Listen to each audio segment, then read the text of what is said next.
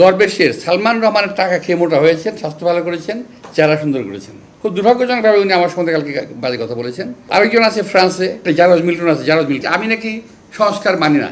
এক গ্রুপ আছে দেশে, এক গ্রুপ আছে বিদেশে, যারা নাকি নির্বাচনকে বাদ দিয়ে সংস্কারের কথা বলছেন, আবার বলার চেষ্টা করছেন যে বিএনপি সংস্কারের কথা শুনলেই বিএনপির মেজাজ খারাপ হয়ে যায়। আমি এখানে আমার একটু তীব্র আপত্তি আমাদের, যে বিএনপি কখনো সংস্কারের বিপক্ষে নয়। বিএনপি বরাবর সংস্কারের পক্ষে, একই সঙ্গে বিএনপি নির্বাচনের পক্ষে, দুটোরই প্রয়োজন আছে। কিন্তু এমন সংস্কারের পক্ষে বিএনপি নয় যেটি দেশের জনগণের স্বার্থের, জনগণের অধিকারের বাইরে চলে যাবে। এমন কোনো সংস্কার বিএনপি কিংবা আমরা মেনে নিতে পারি না, মেনে নেবও না। আমি এই কথা আগে বলেছি, এখনও বলছি। আপনারা দেখবেন সংস্কার যদি যারা নাকি এটা নিয়ে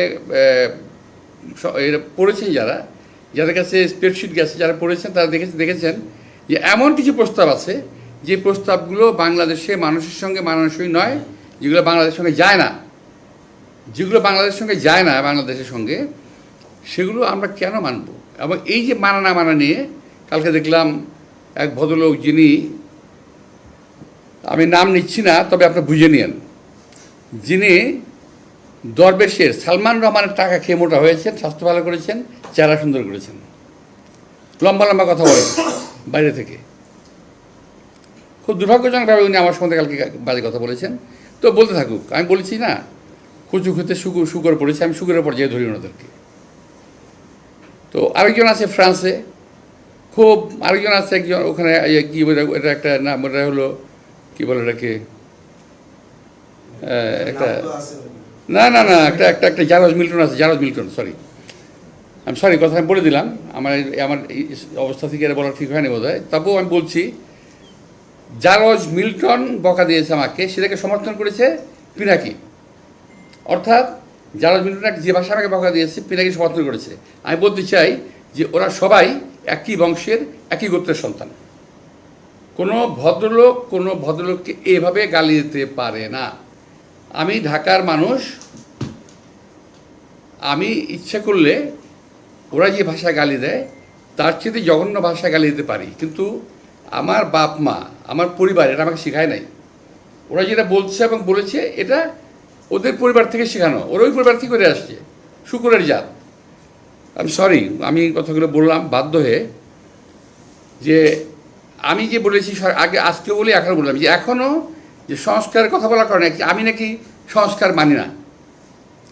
আমি বলছি ওই সংস্কার মানি না যে সংস্কারটা দেশের মানুষের প্রয়োজন নাই। আমি সে কথা বলেছি। তারা যদি ভুল বুঝে এবং দরবেশের টাকা খেয়ে শরীর স্বাস্থ্য ভালো করে বিদেশে থেকে এই দেশের রাজনীতিবিদদের সম্বন্ধে কুৎসারণা করে, গালিগালাজ করে, এবং আমি আশ্চর্য হয়ে গেলাম। প্রথম গালিগালাজ শুরু করলো তারা আমাকে,